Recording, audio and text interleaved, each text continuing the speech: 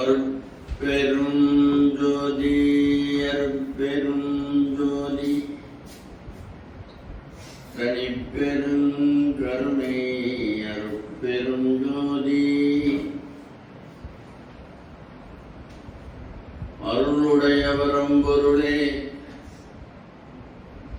மன்றிலாடும் ஆனந்த பெருவாழ்வே அன்புளோர்தும் தெருளுடைய உளமுழுதும் கலந்து கொண்ட சிவமே மெய் அறிவுருவான் தெய்வமே எம் அருளுடைய மனப்பேரை நாயினேன் செய் வன்பிழையை சிறிதேனும் அரித்தியாயில் இருளுடைய பவக்கடல் விட்டு ஏறேன் என்னை ஏற்றுவதற்கு என்ன இன்பத்திலே என்னை ஏற்றுவதற்கு என்ன இன்பத்திலே. ஓம் பெரியவர்களே,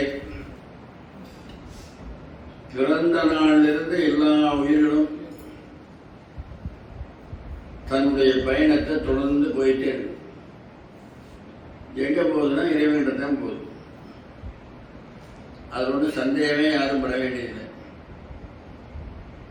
எல்லாரும் இறைவனை நோக்கித்தான் நம்முடைய பயணம் பூரா போயிட்டு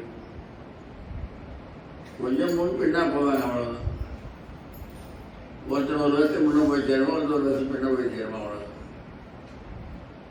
எல்லாரும் ஒரே நேரத்தில் போய் சேர முடியாது. எல்லாரும் ஒரே நேரத்தில் போகணும். எல்லாரும் ஒரே நேரத்தில் பிறந்தது தானே. எல்லாரும் ஒரே நேரத்தில் பிறக்கலைங்க. அதனால எல்லா ஆறுகளும் கடல்ல போய் கலந்துடும். ஏதோ கொஞ்சம் நாளைக்கு அணை போட்டு கடத்தி வைப்பாங்க, கொஞ்சம் நேரம் நிற்குவாங்க. அங்கே நிற்கா சும்மா நிற்காது, எப்போ புடிஞ்சு விடுவாங்கன்னு காத்து நிற்கும். அங்கே சரி இவன் அடைச்சி வச்சுதான் நம்ம அமைதியாக இருக்கலாம் அப்படின்லாம் இருக்காது. கதவு கெட்டியா போடும், இதுதான் பிடிச்சி போயிடும். அதனால எல்லாருடைய பயணமும் இறைவனை நோக்கியே சென்று கொண்டிருக்கு. எப்போ நாளைக்கு அந்த இலக்கை போய் அடைஞ்சிடும். கல்லை வீசுறாங்க மேல, ஒருத்தன் வீசினா 100 அடி போகுது, ஒருத்தன் வீசினா 500 அடி போகுது, ஒருத்தர் வீசினா 1000 அடி போகுது, ஒருத்தர் வீசினா 50 அடி போகுது. 500 அடி போனேன்னா 1000 அடி போனேன்னா 50 அடி போனேன்னா அந்த கல் ஒரு நாள் நிலத்தில் விழத்தானே போகுது. அது யாருக்கா தெரியாம இருக்குது. அதுபோல நம்முடைய பயணம் நிச்சயமா ஒரு நாளைக்கு நம்ம எல்லாரும் அருட்பெரு ஜோதியாளர்கிட்ட போயிடுவோம். அது ஒன்றும் யாரும் சந்தேகப்பட வேண்டியதில்லை. இதான் முன்பு எல்லாம் போவோம், அவ்வளோதான். அதனால நாம ஒரு சின்ன செயல் செஞ்சாவே போதும், இறைவனை கண்டுடலாம். மிகப்பெரிய செயலெல்லாம் செய்யணுங்கிற அவசியம் கிடையாது. நேரத்துக்கு திருநீலகண்டர் கேட்டீங்களே, அவர் என்ன செஞ்சாரு? வெறும் ஓடு கொடுத்தாரு. இந்த பையன் நம்மளாம் எனக்கு தலைக்கு ஓடுதாண்டா கொடுக்கணுங்கிறாங்க. அதனால அவர் ஓடுதான் கொடுத்தாரு. ஓட்டை வாங்கி தலைக்கு எடுத்துட்டு போக வேண்டியதுதான். ஓடு கொடுத்ததுக்கே இறைவன் எத்தனை தடவை வீட்டுக்கு வந்தாரு பார்த்தீங்களா? 3 தடவை வராரு. இறைவன் வராரு. வந்து அவர் வேற சொன்னாரு, யாவருங்கான உன்னை வளைத்து நான் கொண்டே என்று போவதும் செய்ய வளைச்சு பிடிச்சி இழுத்துட்டு போறட்டே நான் வந்திருக்கிறேன் அப்படிங்கிறார். அதனால சின்ன செயலா இருந்தாலும் அந்த செயலை விடாம செய்யணும். அதுதான் கூட சிக்கலை. கோயிலுக்கு போன முடிவு பண்ணீங்கன்னா போயிடணும், சில தூரம் போயிடணும். சரி இன்னைக்கு போக விட்டுலாம் விட்டுட்டீங்கன்னா அதுக்கு பேர் இருக்கிறதா பேர் இல்லை. தினத்தோறு ஆலயத்துக்கு போக என்ன வந்தா ஆண்டவன் இருக்கிறாரு புரியுது. அதோட சந்தேகமே விட வேண்டியது. ஒரு சின்ன செயல் ஒரு அம்மா செஞ்சாங்க. ஒரு அம்மா, அவளுக்கு அசல் 2 ரூபா தான். அவள் குடியிருக்கிற வீடு இடம் வீடு 2 ரூபா தான் கையில் இருக்கு. அந்த 2 ரூபாய்க்கு அரிசி வாங்குவாங்க. அரிசி வாங்கி மாவாக்கி பிட்டு சுடுவாங்க. பிட்டு வேற, இட்லி வேற. இது உங்களுக்கு தெரியுமே தெரியல. இட்லினா உளுந்து பருப்பும் அரிசி மாவும் சேர்ந்து ஊற வச்சு குளிச்சு வரைக்கும் சுடணும். இட்டு அவித்தல், இட்டு அவி, இடுதல்னா ஒவ்வொரு புளிவுலையும் இடுறது, ஒவ்வொரு புளியிலையும் ஊற்றுறது. இட்டு அவித்தல், இட்டவி, இட்டவி இட்லி ஆயிடுது. அப்புறம் இப்படி போட்டு தேய்ப்பாங்க. அதுக்கு பேர் தோசை. தேய்த்தல்னா தோசை. தேய்ச்சி வர்றதுனால தோசை, தோய்த்தல், தோய்த்தல் தோசை. பிட்டுங்கிறது அரிசி மாவை மட்டும் செய்யணும். அது அப்படியே உதிரி மாவை அந்த காலத்தில் மூங்கில் குழாய் வச்சுருப்பாங்க. இப்போதான் சில்வரில் வந்துடுது. அப்படியே நீளமாக ஆக்கிவிடும். நீளம் ஒரு பிட்டு. அதையே பாதியோ அதையே வாங்கி அது கூட கொஞ்சம் தேங்காய் பூ, தேங்காய் திருவண்ண பூ வச்சுருப்பாங்க அந்த அம்மா. அது கொஞ்சம் போட்டு சர்க்கரை போட்டு கொஞ்சம் நெய் ஊற்றி கொடுத்தாங்கன்னா இந்த உலகமே மறந்து போயிடும். இது பேர் போன இடம் மதுரை தான். இன்னைக்கு மதுரை போனீங்கன்னா பிட்டு திங்கலாம். தெருவுலாம் வச்சுட்டு இருக்கிறாங்க. அந்த காலத்தில் இந்த பிட்டு திருவிடையாளர் வாழ்றதுனால இன்னைக்கு செய்கிறாங்க போடுறது நான் பார்த்துருக்கேன். அவன் அந்த அம்மா பிட்டு எடுப்பாங்க. முதல்ல ஒரு பிட்டு எடுத்து அது கொண்டு போய் ஒரு வீட்டு பக்கத்தில் ஒரு கல், அந்த கல் மேலே தண்ணியை தெளித்து சொக்கனுக்கு அர்ப்பணம் அப்படின்னு வந்துடும். அது நாய் நீங்களோ, பூனை நீங்களோ, மனுஷன் நீங்களோ, காக்கா நீங்களோ, புலி நீங்களோ, அது அவளுக்கு தெரியாது. முட்டை கல் மேலே வச்சு இது சொக்கன் ஆனதுக்கு அர்ப்பணம். அட்ரஸ் எழுதி தபால் போட்டு வந்துடும். தபால் பெட்டியில் போட்டுருவோம்.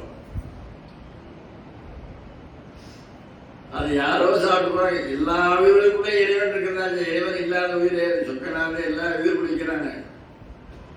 உலகனிலே முழுதாகி ஆங்காங்குள்ள உயிராகி உயிர்க்குயிராக ஒளிராகி இருக்கிறாங்க. அப்புறம் எதுக்கு அப்படின்னா சொக்கனை ஆண்டு வந்துடும்.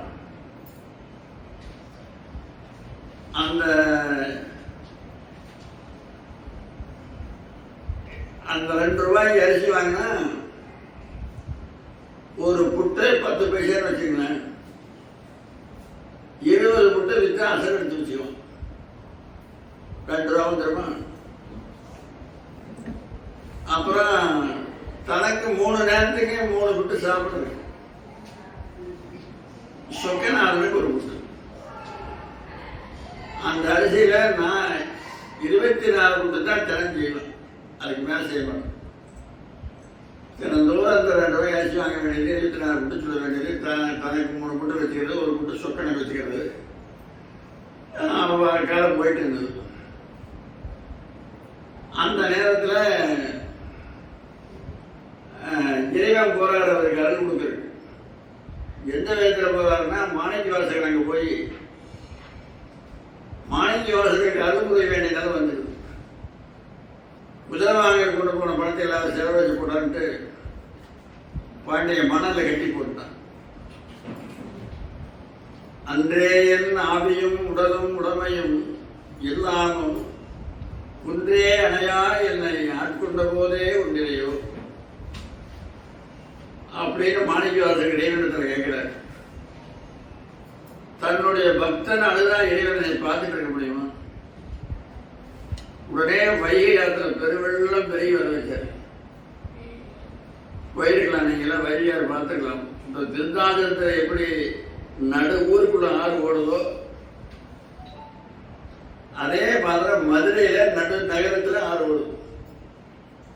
இந்த புறமா அந்த புறமெல்லாம் ஓடல, நடு நகரத்துல தான் மாறும்.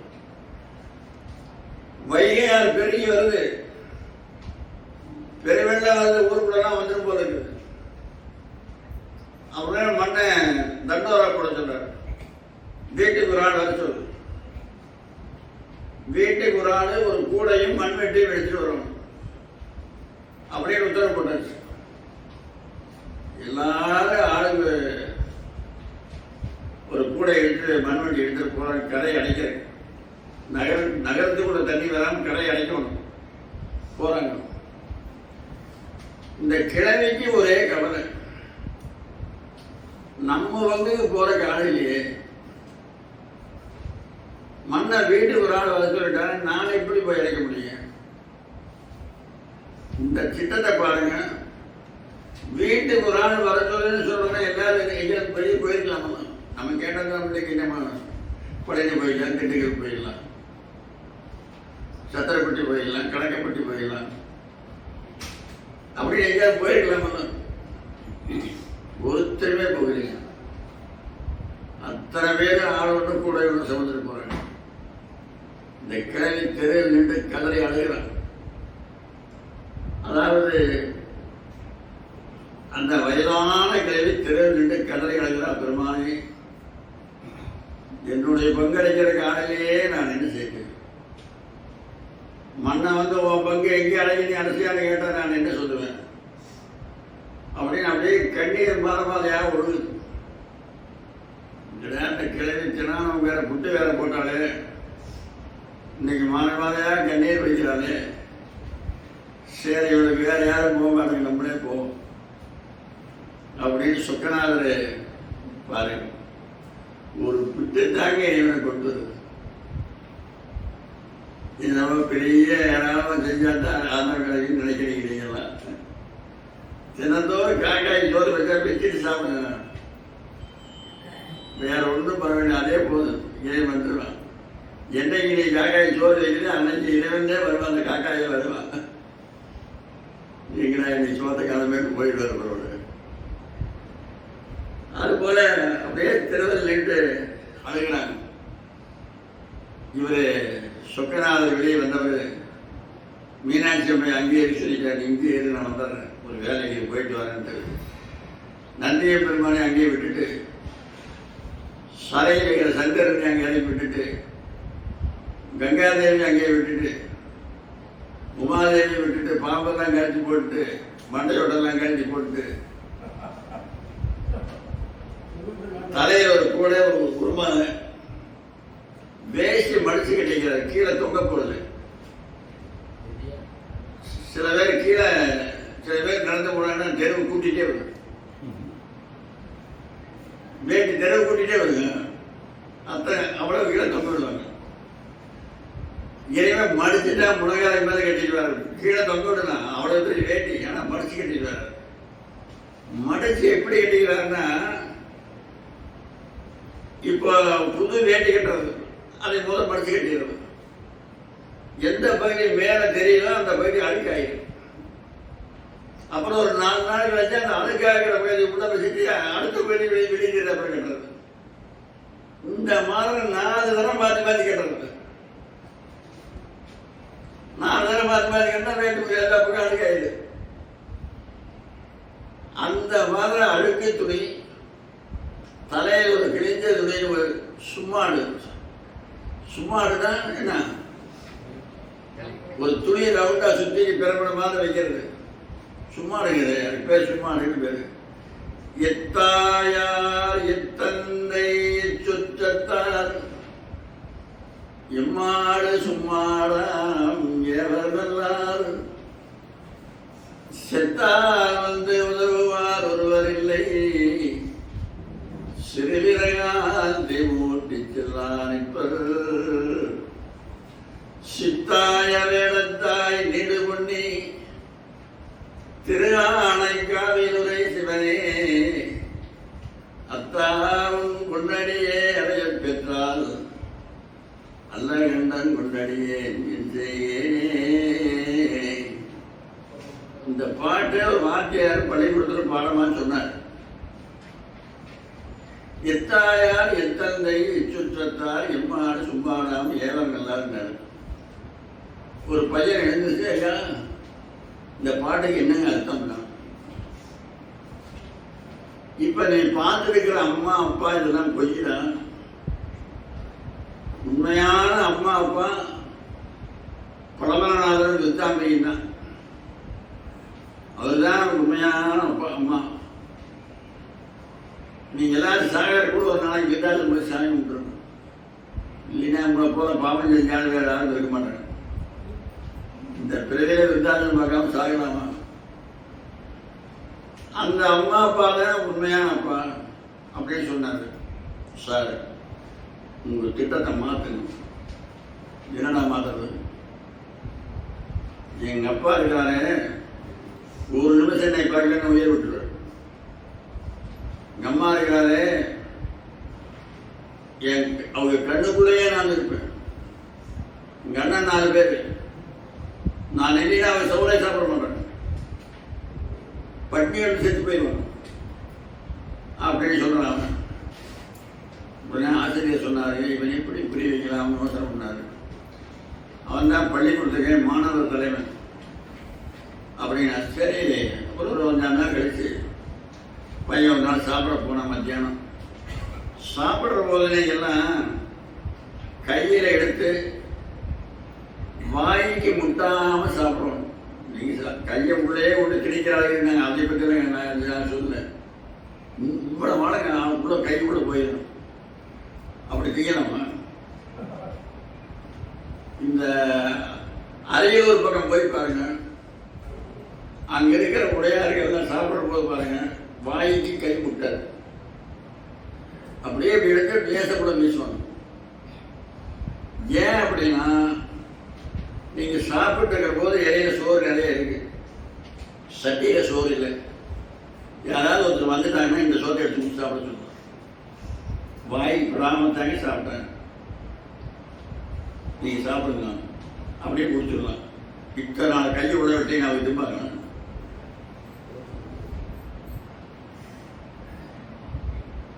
அதனால இனிமேல் கை வாய்ப்புட விடக்கூடாது. அப்படியே பழிஞ்சாங்க காட்டுற மாதிரி தான் நீங்க விரலை கொண்டு விட வச்சு அழுத்தக்கூடாது. அந்த பையன் வீட்டுக்கு போனான். அன்னைக்கு கேழ்வரகு கடிகள் இருந்தாங்க. கேழ்வரகு கடி இவ்வளவு பெரிய உருண்டை 23 உருண்டி இந்த கீரை இணைஞ்சிருந்தாங்க. அதை தொட்டு இப்படியே வீசினான். இங்க போய் கேட்டு வர அரசு, கேட்டு வர அரசு பையன் வந்து செத்து போயிடும். அப்புறம் வீசல் உள்ள களியா இருக்காது, சூடா இருந்தா பரவாயில்ல. களி உருண்டையா இருக்கு, பசையாட்டா உள்ள போய் அரசு பையன் செத்து போயிட்டோம். நாங்க எங்க ஊர்ல இருக்கிற போது வெங்காயம் தோண்டறதுக்கு போனோம். ஒரு தோட்டத்துக்கு வெங்காயம் தோண்டறதுக்கு மத்தியானம் எல்லாரும் உட்காந்து சாப்பிட்டு இருந்தோம்.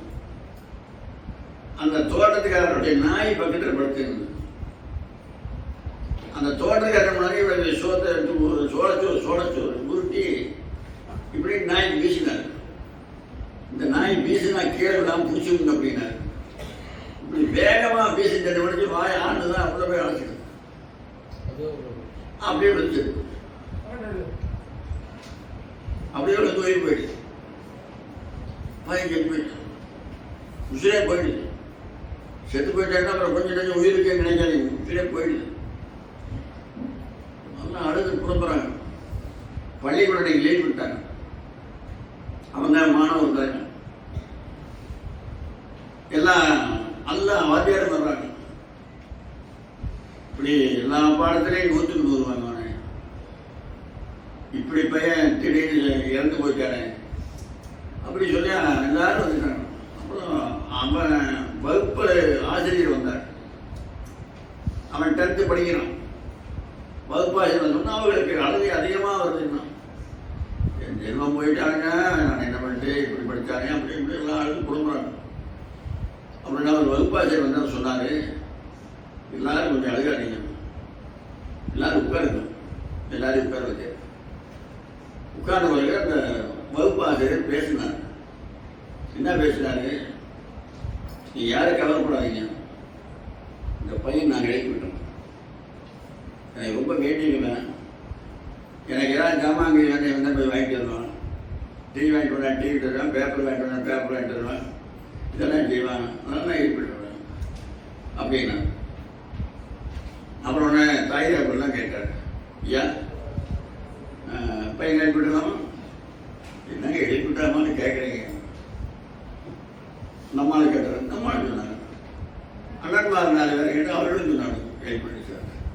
அப்படின்னு அவர் பேசாமல் உட்காந்துருக்காரு. என்னங்க எழுப்பி சொன்னீங்க பேசாமல் உட்காந்துக்கிறேன், இந்த யோசனை பண்ணுறேன், என்னங்க சார் யோசனை எழுப்பு சார் அப்படின்னாங்க. சரி, இது எழுப்புறதுக்கு என்ன வேணும் உங்களுக்கு அப்படின்னாங்க. தங்கம் ஒரு கிலோ வேணுமா, வெள்ளி ஒரு கிலோ வேணுமா, மாணிக்கம் வேணுமா, வைரம் வேணுமா, பணம் ஆயிரக்கணக்கில் லட்சக்கணக்கில் வேணுமா, என்ன வேணும் சொல்லி அதான் கொடுக்குறோம் அப்படின்னாங்க. அதெல்லாம் ஒன்றும் வேண்டியதில்லை. தாயை தகப்ப உற்றார் உறவினர் எல்லாரும் சொல்லிட்டாங்க எழுப்பிட்டு. நான் ஒரு பொருளை கேட்கிறேன், அதெல்லாம் கொடுத்தீங்கன்னா ஏற்படுத்தலாம். எது வேணாலும் கிடையாது, எங்க இருந்தாலும் இப்போ கோயம்புத்தூர் இருந்தாலும் சரி, ஜப்பான் இருந்தாலும் சரி, மதுரையில் இருந்தாலும் சரி கொண்டு வந்து அப்படின்னாங்க. அதெல்லாம் எங்கேயும் போக வேண்டாம், கூட்டவே இருக்குது. எங்கிட்ட என்ன இருக்கிறத சொல்லுங்க அப்படின்னாங்க.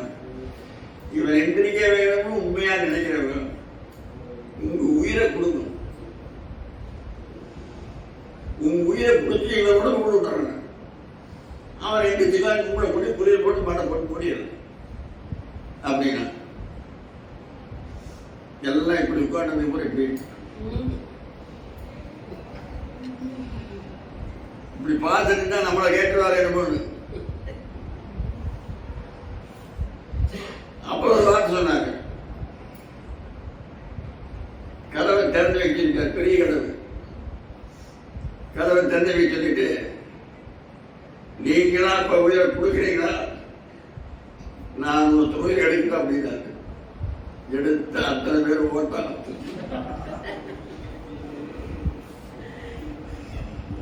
அதுதான் கதவு திறந்து கதவு முடியாத ஓடுது ஓட்டம்.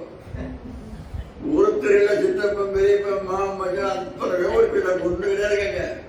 நம்ம எடுத்துருவாங்க,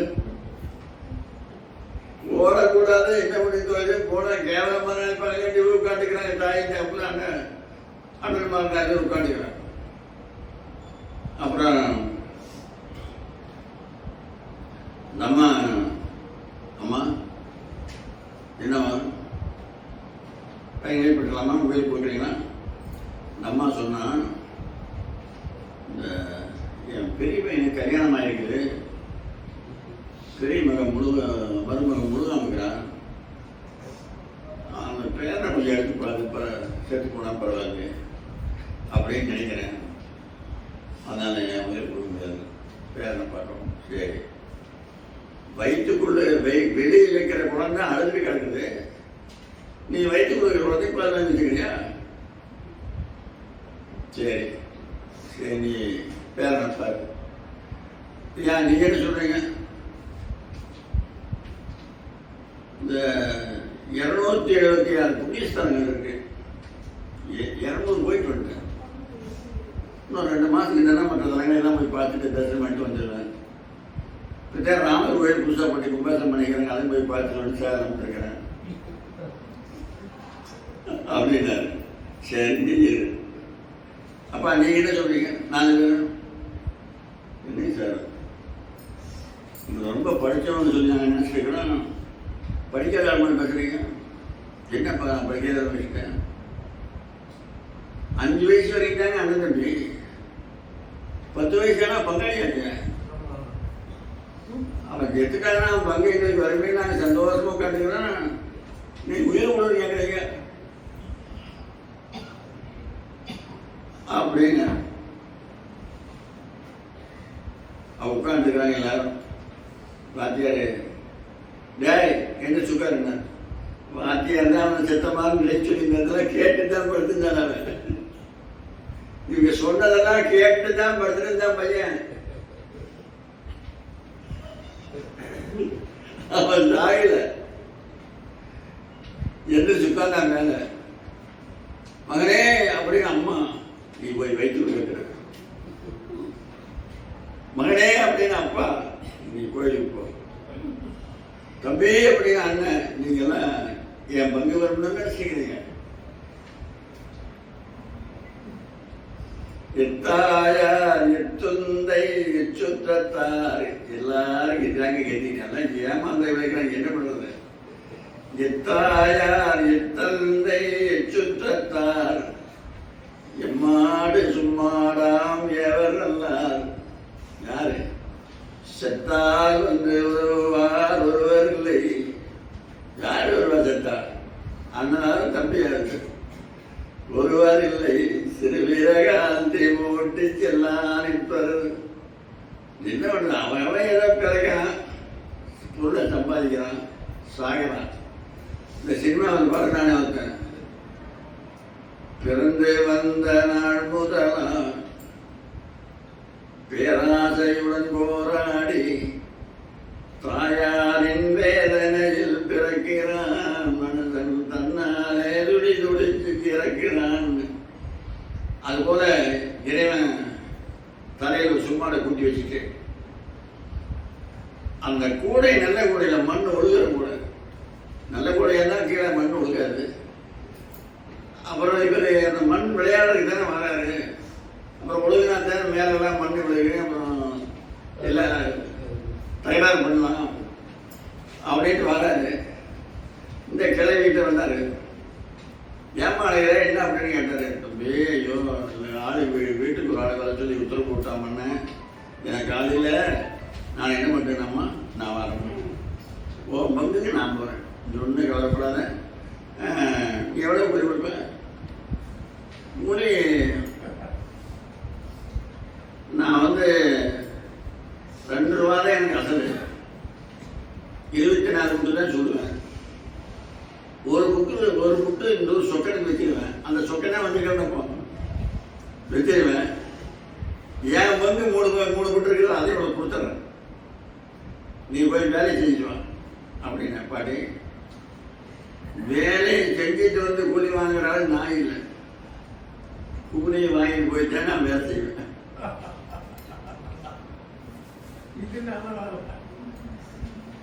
கூலி கொடுத்து வேலை கொள்வாருந்தோடு தான் கேட்கிறார் அவரே, வந்தவரே அப்படிதான் கேட்கிறார்.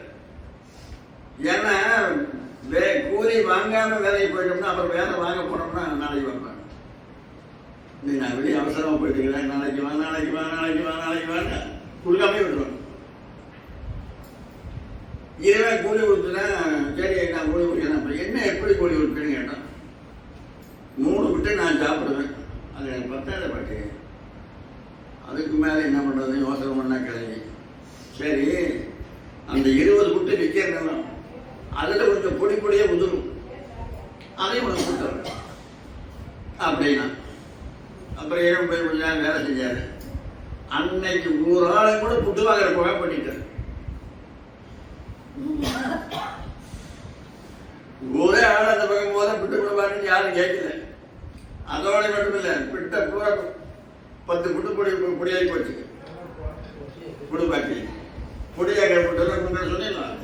அது என்ன பண்ணி திருவந்த சாமி நான் என்ன பண்ணிட்டு நிறையா புட்டு பொடியாகி போச்சு, பொடியாக சொல்லி கெடு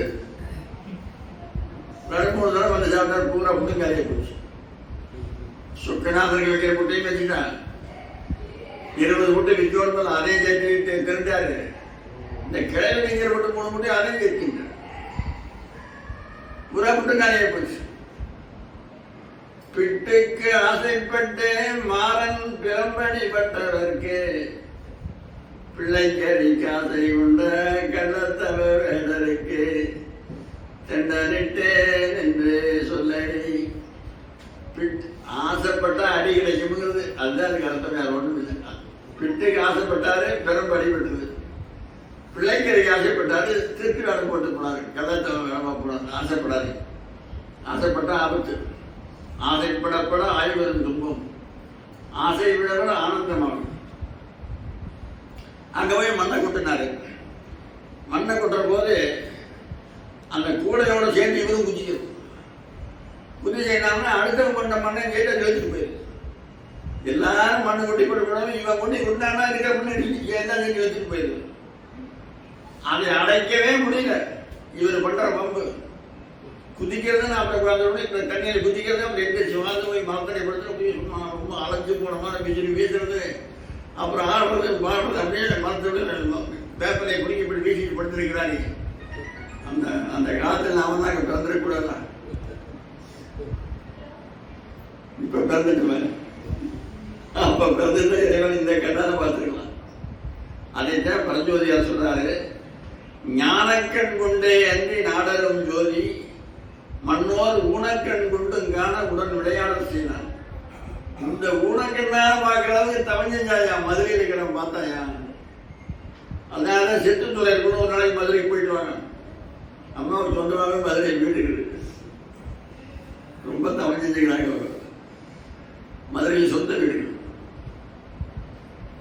மதுரையால் இருந்தாலும் அவசியம்.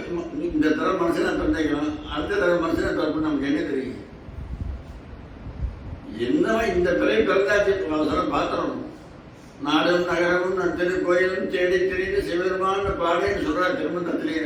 எல்லா கோயிலையும் பார்த்துருங்க. அப்புறம் அந்த ஒவ்வொருத்தருக்கும் ஒரு கோடு போட்டு இருந்தாங்க. இதோடு நீங்க எடுத்து இதோடு நீங்க எடுத்து இதோடு நீங்க எடுத்து இதோடு அப்படி கோடு போட்டு இருந்தாங்க. இந்த கிழமைக்காக கலந்து விட்டு இந்த பங்கு மட்டும் அடைக்குது. அதில் தண்ணி குடிக்கிட்டு கூட அப்புறம் பக்கத்துல ஏற்றி எடுத்துட்டு போக முடியும். இந்த கிழமை பங்கு தாங்க அடைக்காம இருக்குது. அது அடைக்காதாங்க நாங்கள் திரும்பி ஏற்றி எடுத்துட்டு போயிருந்தோங்க. நாங்கள் அதை சொல்லி பார்க்கறது யாரும் அந்த கிளையை அனுப்புறாங்க. ஒரு கிறுக்கம் வந்தான் அவன் வந்து ஆடுறதும் பாடுறதும் குதிக்கிறது. நாங்கள் அதை எட்டி குதிச்சாங்க. நாங்கள் போட்ட மட்டும் ஏற்றி எடுத்துட்டு போயிருது. ஒரு கிறுக்கம் வந்து இந்த கிழமைக்காக வந்தா ஒரு கிறுக்கம் வந்து வந்தான்.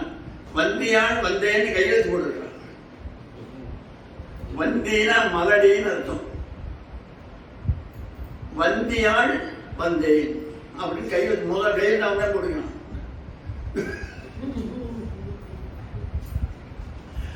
இப்படி கேட்கப்படுறாருங்க. நாங்க அவன் போய் பிடிச்சி பார்ப்பாங்க அப்படின்னாங்க. எத்தனை தவம் செஞ்சாலும் காண முடியாத கடவுளை கை பிடிச்சி வச்சுருவாங்க. முன்னால கொண்டாந்து நிறுத்துறாங்க. ஈஸ்வரன் முன்னால இறைவன் வந்து நிற்கிறார். அப்ப பரஞ்சோதி முனிவர் சொல்றாரு, கண்ணுல கண்ட உடனே அவனுக்கு கோபம் வந்து கண்டனன் கணன்று வேந்தன் கையில் பொற்பிரம்பு கொண்டு தங்கப்பிரம்பு. அங்க வந்திருக்கிற ஆளுக்கு தங்க உடம்பு பொன்னார மேடியில மூங்கில் பிரம்பு அடிக்கூடாது. தங்கத்தோட போய் சேரணும். கண்டனன் கணன்று வேந்தன் கையில் பொற்பிரம்பு கொண்டு அண்டமும் அளவிலான உயிர்களும் ஆகமாக கொண்டவன் முதுகில் வீசி புடைத்தனன். அண்டமும் அளவிலான உயிர்களும், இந்த அண்டாண்டங்களும் அவருடைய அண்டம், அளவிலான உயிர்களும் அவருடைய அண்டம். இது வண்டலார் ஒரு பாட்டுல சொல்றார், ஒரு பிரமன் அண்டங்கள் அடிமுடி பெருமையே உண்ண முடியாது. ஒரு பிரமனுக்கு இருக்கிற அண்டமே இத்தனை அண்டம் என்ன முடியாதாம். ஒரு பிரமன் அண்டங்கள் அடிமுடி பெருமையே உண்ண முடியாதுன்னா நினைக்க முடியாதுன்னு அர்த்தம். ஒரு பிரமன் அண்டங்கள் அடிமுடி பெருமையே உண்ண முடியா. அவற்றில் 1000 கோடி மாரண்டம் அரணண்டம் உற்ற கோடாகோடியே திருகலர் பரகோடி ஈசனண்டம் சதாசிவ அண்டம் எண்ணிறந்த மற்ற பெரும் சக்தி சத்தர்தம் சீரண்டம் என்பதுவே. உருவுறும் இவ்வண்டங்கள் அத்தனையும் அருள் வெளியில் உரு சிறு அணுக்களாக ஊடசைய அவ்வெளியில் நடுநின்று நடனமிடும் ஒரு பெருங்கருணை அமுதே.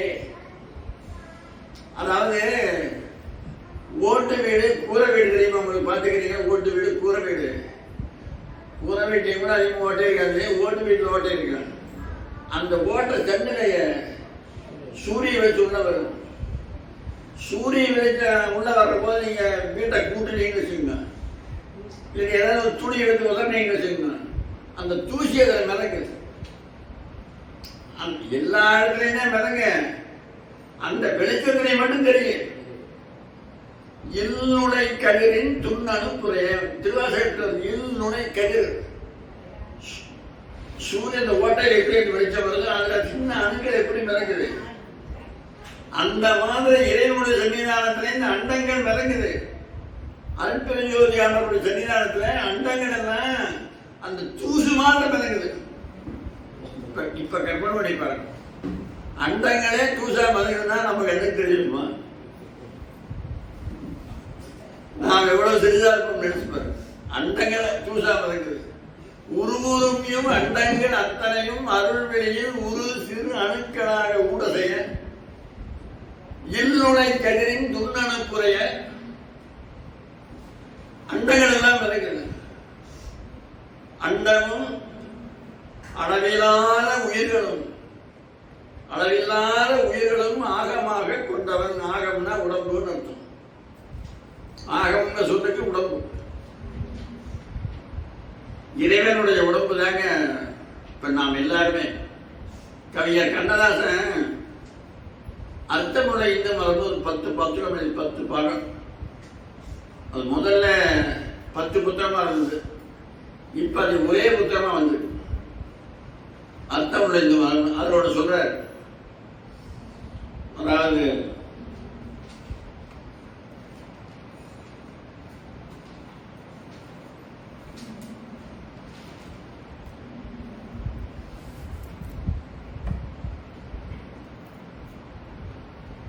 இது இறைவன், இது இறைவி.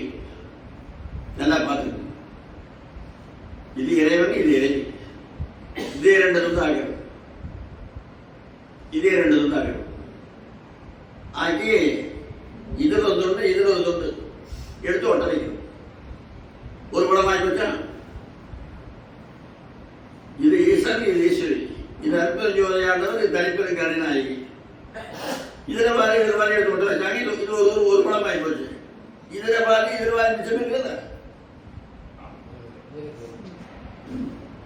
இந்த இதர பாதி ஒட்டுதான் அர்த்தநாரீஸ்வரர். திருச்செங்கோட்டில் இருக்கிறாரு அர்த்தநாரீஸ்வரர். இதர பாதி மிச்சம் இருக்குல்ல. அம்பாடுல பாதி, ஈசன்ல பாதி மிச்சம் இருக்குல்ல. ஈசன்ல பாதி மிச்சம் இருந்ததுதான் ஆண்களுடைய உடம்பு பூரா. புரியல உங்களுக்கு? அம்பாளுடைய உடம்பு பாதி மிச்சம் அதுதான் அம்மா பூரா. இப்ப பார்த்தாங்க உலகத்தில் இருக்கிற எல்லா உயிரிலையும் இறைவன் இருக்கிறான்னு தெரிஞ்சு போச்சா. அவருடைய உடம்பு தான் நமக்கு பூரா. அண்டமும் அளவிலாத உயிர்களும் ஆகமாக கொண்டவன். என்ன செஞ்சாங்க? முதுகில் வீசி புடைத்தவன். அடிச்சது கொஞ்சம் வேகமா அடிச்சுட்டாங்க. அடிக்கலாமா? கிடைக்கூடாது. புண்பட்ட பொன்மேனி பாடுதுங்கா அம்மானாய் திருவாசகத்திலே கூட புண்பட்ட பொன்மேனி பாடுதுங்கான் அம்மானாய் சொன்னார். வேகமா அடிச்சா எவன் அடிச்சானா அவன் முதுகுல அடுத்த அடி விழுது. அங்க எத்தனை பேர் இருந்தாங்க அத்தனை பேருக்கு அடி விழுது. எந்தெந்த உலகத்துல யாரா இருந்தாங்க அத்தனை பேருக்கு அடி விழுது. கருவில் இருந்த குழந்தைக்கு மழை விழுது. கண்ணில் இருந்த சிலைக்கு மழை விழுது. ஏன்? எல்லா உயிருக்குள்ளேயும் அங்க இருக்கிறதாச்சே. நான் எல்லா உயிருக்குள்ளேயும் இருக்கிறேங்கிறத காட்டுறேன். நான் எல்லா உயிருக்குள்ளேயும் இருக்கிறதுனால எல்லா உயிருக்கும் அடிபட்டது. இப்போ பிரம்மாவை முதல் தடவை ஓமங்கருக்கு எதாவது கேட்டாரு. அவன் மேலே கேள்வி பார்த்தான். ஓமங்கர் கேட்டோம்னா அதுக்கு அர்த்தம் சொல்லிட்டாரு. சொல்லல. உடனே தலையில வச்சு ஒரு கொட்டு கொண்டாங்க. அப்படியே அதாவது 4 தலையில கையில ஒரு தலைக்கு ஒரு கொட்டு கொட்டினாரு. பிரம்மா முழுவதற்கு அந்த கொட்டை எல்லாரும் வந்து கொடுத்தார்.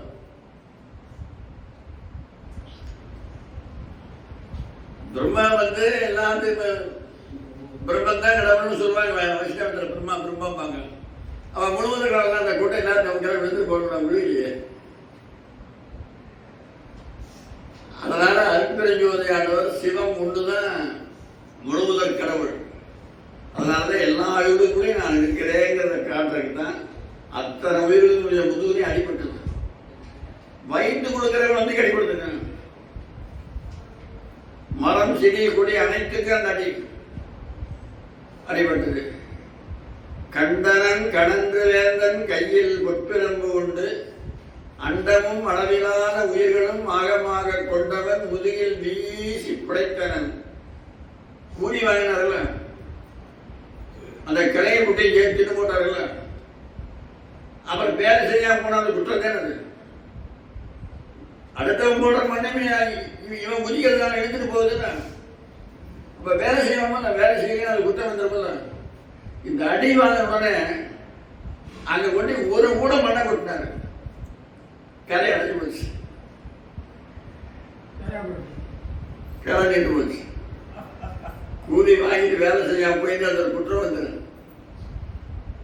ஒரே கூடதான் வீசி பிழைத்தன். கூடையோடு கூடையும் சேர்த்து போட்டார் கடையில, அதையான தூக்கிட்டு போவாரு. கூடை அதையே விழுந்தாரு. கூடையோடு மண்டனை உடைப்பில் கொட்டி மறைந்தனன் சொக்கநாதன் அப்படின்னு பரஞ்சோதி வடிவம் சொல்லுது.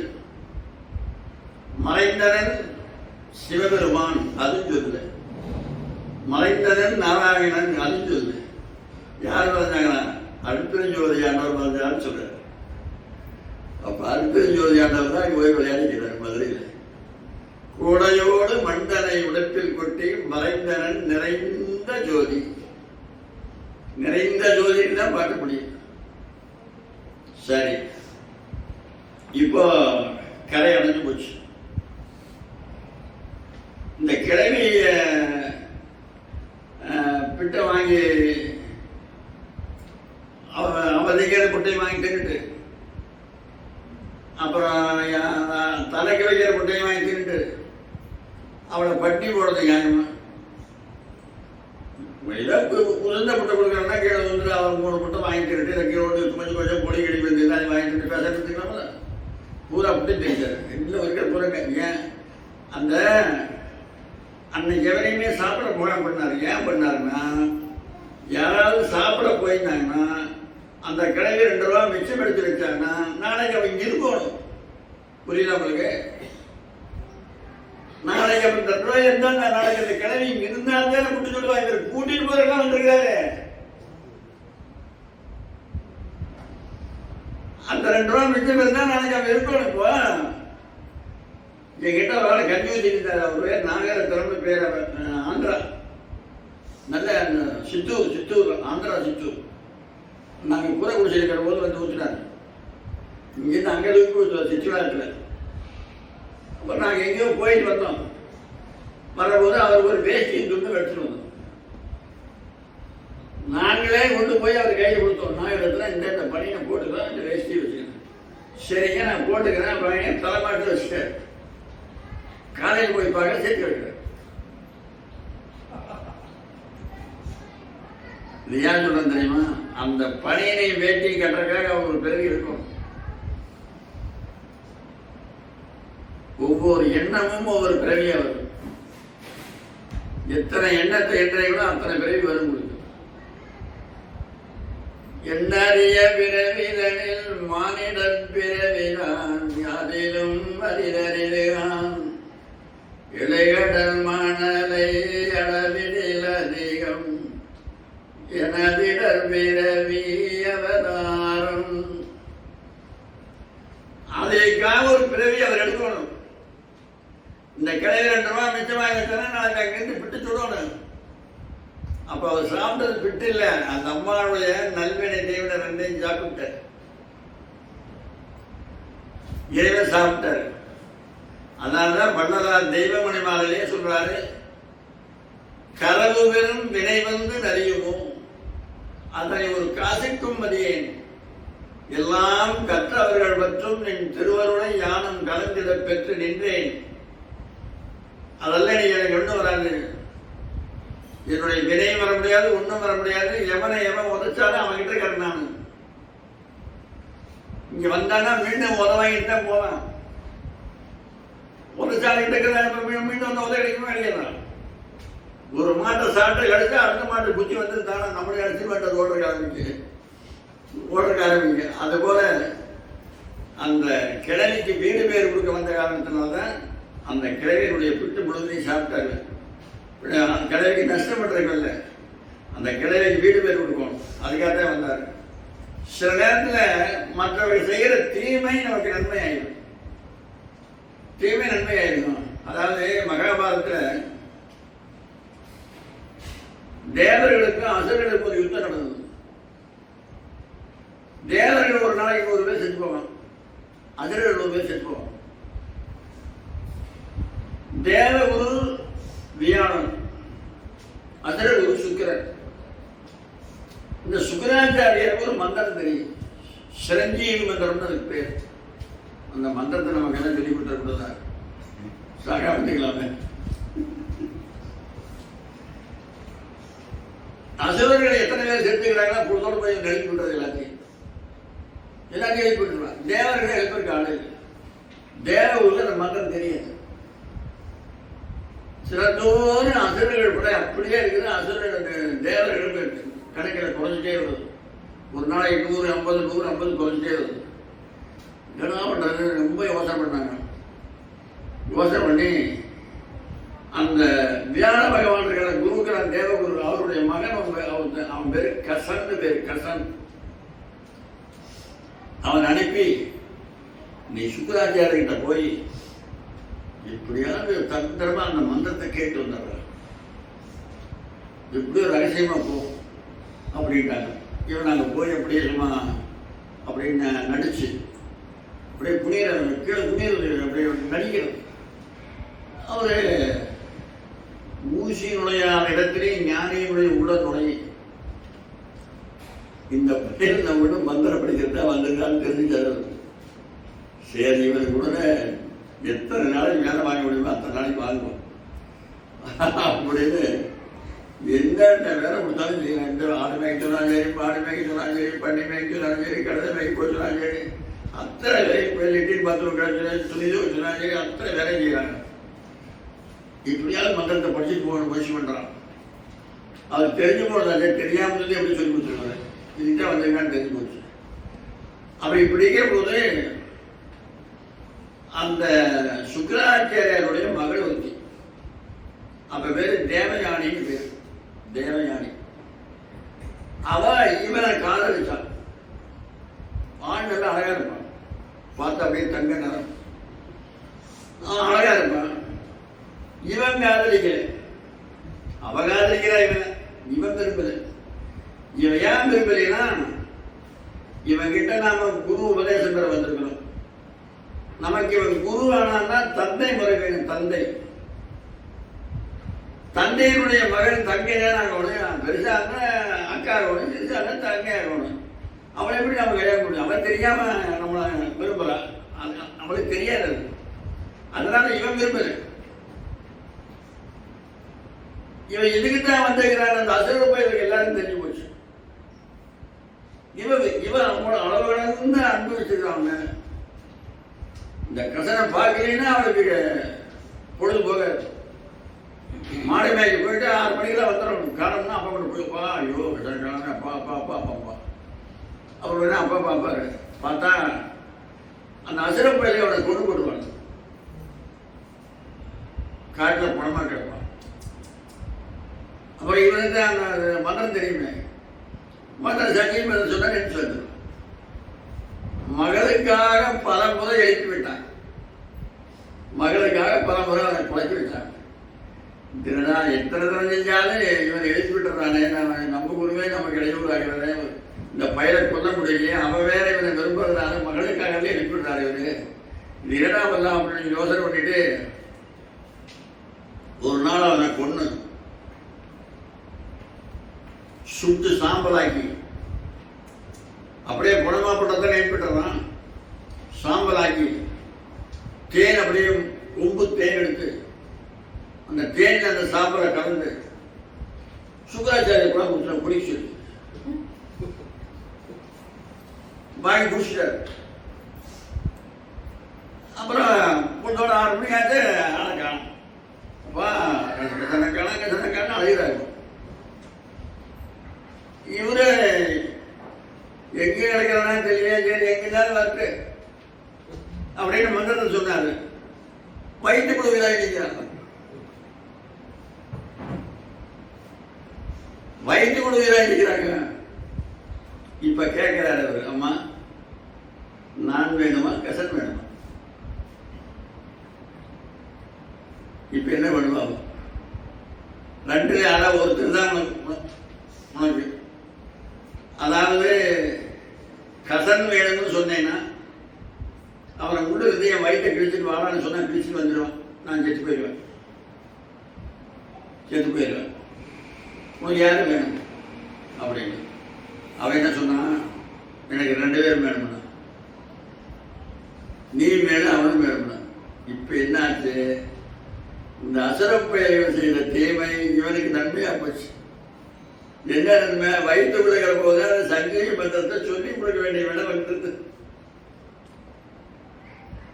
வயிற்றுக்குள்ள போது போய் உபதேசப்பட்டார் நாராயண மந்திரத்தை. அதனால முள்ளுகிற போல மந்திரத்தை சொல்லி கொடுத்தாச்சு. மந்திரத்தை பரிசுட்டாம முதல் மந்திரமே பரிசு வாங்குற போது உடனே வயிற்றை கிழிச்சிட்டு வெளியே வந்தான். வெளியே வந்து மந்திரத்தை சொன்னா குருநாதன். இப்ப குருநாதனே எழுந்திருச்சாச்சு, மந்திரமும் படித்தாச்சு. இப்ப அசுரர்கள் செய்த தீமை நன்மையா போச்சு. தீமை தான் செஞ்சாங்க, நன்மையா புரிஞ்சு போச்சு. உடனே இவன் சுவாமி குருநாதா, சத்குருநாதா, இத்தனை வருஷமாக என்கிட்ட வேலையை வாங்கிட்டீங்க, நான் வந்த வேலை முடிஞ்சது, நான் போயிட்டு வரேன். அடையப்பா, நானும் உனக்கு சொல்லி கொடுக்கூடாதான்னு நினைச்சிட்டு இருந்தேன். என் புள்ள பண்ண வேலை உனக்கு சொல்லிக் கொடுக்க வேண்டிய அவசியம் வந்து தோன்றிடுது.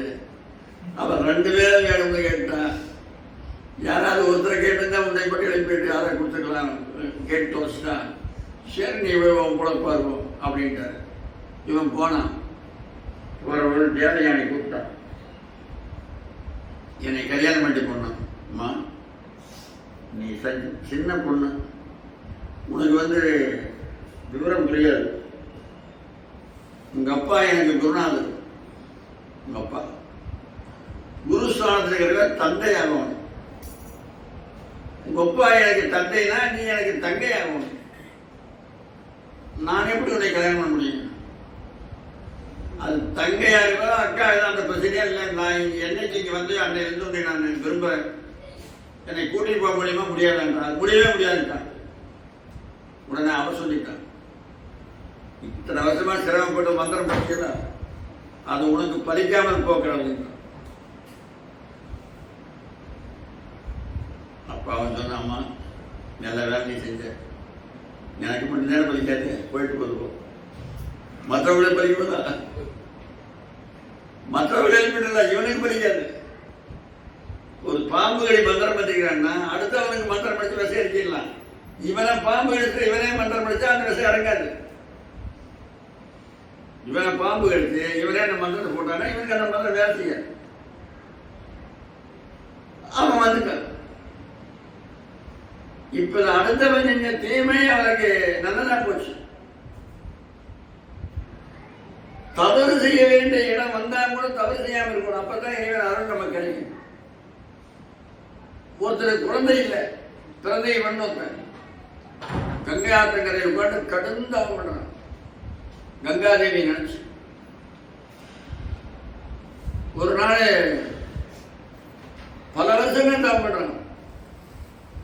ஒரு நாள் அப்படியே ஒரு பெண்ணு நடனம் ஆடுறாங்க முன்னால. அப்படியே காஞ்சி கிடந்த காடெல்லாம் அப்படியே சும்மா நிழல் தூங்குற காடா பண்ணிட்டான். குயிலும் மயிலும் கூவுது. என் பக்கத்தில் வாண்ட கூப்பிடுறான், அமுதை பொழியும் நிலவே நீயல் அருகில் வராதேனோ அப்படின்னு அவங்க 2 கூப்பிடுறான். இதயம் மேவிய காதலினாலே எங்கிடு மல்லிகை பாராய் உடுமலர் மீனே வாடி விடாமல் புன்னகை வீசி ஆறுதல் தாராய் அப்படின்னு கேட்கிறோம். இவன் போகல, இவன் அப்படியே தவத்திலே இருக்கிறான். சரி இந்த பையன் வரமாட்டான், போது நாமளா போவோம். வள்ளலார் சொல்றாரு, உள்ளொன்று வைத்து புறமொன்று பேசுவார் ஒரு கலலாம் வேணும். இது 2 சட்டம் இருக்கு. உள்ளொன்று வைத்து புறமொன்று பேசுவார் ஒரு கலவாம வேணும்னா, உள்ளொன்று வைத்து புறமொன்று பேசுறவன் எவனோ அவன்கிட்ட நாம போய் உறவு கொள்வோம். இது ஒண்ணு. அவன் வந்து உறவு கொண்டான நாமளா போய் அவன் கூட உறவு கொள்ளக்கூடாது. அவனாக வந்தாலும் அவன் உறவு ஏற்றுக்கொள்ளக்கூடாது. ரெண்டு விதத்திலையும் உறவை காப்பாற்றணும். அதுதான் வெள்ளம் பெருமாள் உள்ளொன்று வைத்து புறமொன்று பேசினால் உறவு கலவாம வேண்டும். இவன் வரமாட்டான் போறீங்கன்னா போய் அவனுடைய வலது தொடை மேல உட்காந்துட்டான். தொடை மேல உட்காந்து கழுத்த மேல இப்படி கையை போட்டு, மன்னா நான் கட்டளமிக்க காரியை உன்னை காதலிக்கிறேன், என்னை ஏற்றுக்கொள் அப்படின்னா, அம்மா தாயே நான் என்ன சொல்றேன், நீ என்ன சொல்ற? நான் கட்டளமிக்க காரியை என்னை ஏற்றுக்கொள்ளுங்க, நீங்க அம்மாங்கிறேன். நான் ஒழுக்கமான குடும்பத்தில் பிறந்தவன். எங்களுடைய பரம்பரை பூரா ஒழுக்கத்தில் உள்ளது. நான் தவறு செய்ய மாட்டேன். அதனால் நான் தவறு செஞ்சதே எங்க குலத்துக்கே பழி வந்தது. நான் உன்னை ஏற்றுக்கொள்ள மாட்டேன். ஏன் எங்கிட்ட என்ன அழகு இல்லையா? நான் பேசுறது எல்லாம் தப்புங்கதான், இனிமே எவ்வளவு நல்லா அழகா பேசுறேன், ஏன் நீ வேண்டாங்க அப்படின்னா, அம்மா தவறு எங்கிட்ட இல்லை, நீ தவறு பண்ணிட்ட. நான் தவறு பண்ண என்னடா நான் தவறு பண்ணேன் அப்படின்னு. என்னுடைய வலது பாகம் என்னுடைய மகனுக்குரியது, இடது பாகம் மனைவிக்குரியது. கல்யாணமான பொண்ணை இடது பக்கம் தான் நீட்டி வைப்பாங்க, இடது பக்கம் எடுத்துவாங்க. கல்யாணம் முடிய வரைக்கும் மாப்பிள்ளை இடது பக்கம் வாட்டிப்பாரு. கல்யாணம் பொண்ணு இடது பக்கம் நிற்கி. அப்ப என்ன ஆகும்னா, இடது பக்கம் பொண்ணு இருந்ததுன்னா இவனுக்கு ரெண்டு கையும் வலது கை ஆயிடும். பொண்ணு வலது கை இந்த பக்கம் வந்துடும். கல்யாணம் ஆக வரைக்கும் ஒரு கை தான் வலது கை. கல்யாணம் ரெண்டு கையும் வலது கை. அதனால நீ என்னுடைய இடது மேல உட்கார்ந்து உன்னை கல்யாணம் பண்ணியிருப்ப. நீ வலதோட மேல உட்கார்ந்தனால நீ எனக்கு மக வேணும். என் வயிற்றிலேயே வளர்ந்துருந்தா நீ மகளா இருக்கலாம். நீ யாரோ தெரியல, எனக்கு வேணா மருமகளா வரலாம் அப்படின்னு சொன்னான். அப்படியா, சரி, அப்ப நான் உனக்கு மருமகளாவே வரேன். உன்னுடைய மகளை நான் காட்டுல சந்திப்பேன். நீ யாரு என்னன்னு விசாரிக்காம நீ கல்யாணம் பண்ணி சொல்லு அப்படின்ட்டா. அதுக்கு பிறகு இவன் நாட்டுக்கு இவனுக்கு 3 குழந்தைகள் பிறந்தது. அவங்க என்ன செஞ்சாங்கன்னு நாளைக்கு சொல்ற சோழ